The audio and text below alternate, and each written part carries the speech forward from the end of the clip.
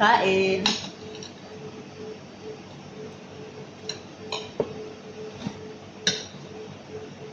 Sarap. Nilagyan ko kamatis ha.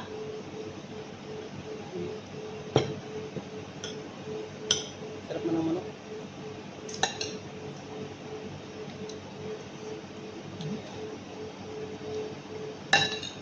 Ay, maanghang na. Mm.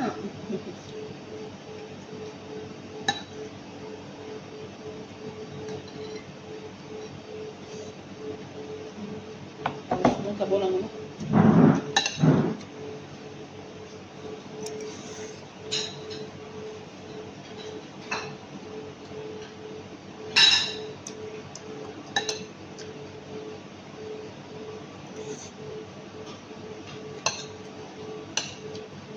Nako, si Diba. Mag-ano yun. Magpa-plansya pa yun dun sa mga damit na pinagbibit-bit kanina. Paano kasi nagkahulog-hulog dun sa ano? Sa semento kanina. Inabot ko sa kanya.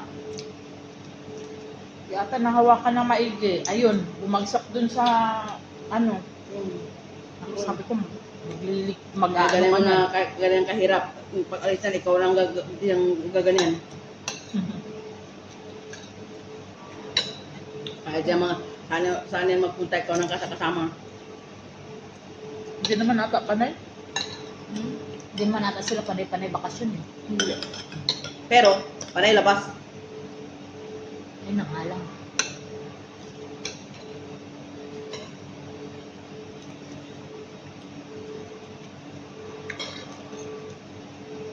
Wala, sanay na.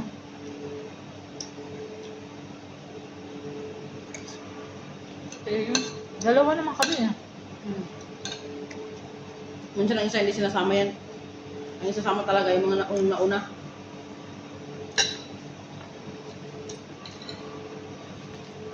Dalawa naman kami.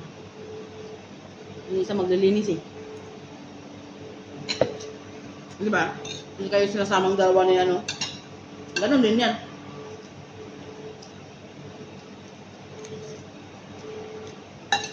Iwan lang ang isa.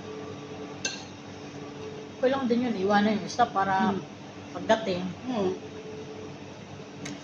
Hindi masyadong maraming trabaho. Extra brood naman daw.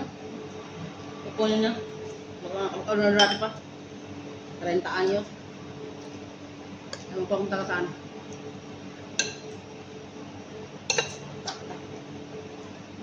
Matanda na kayo.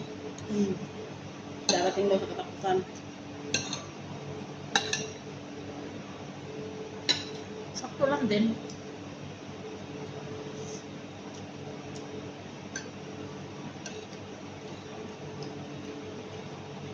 Tamang-tama katapusan yung pasuldo. 1 month.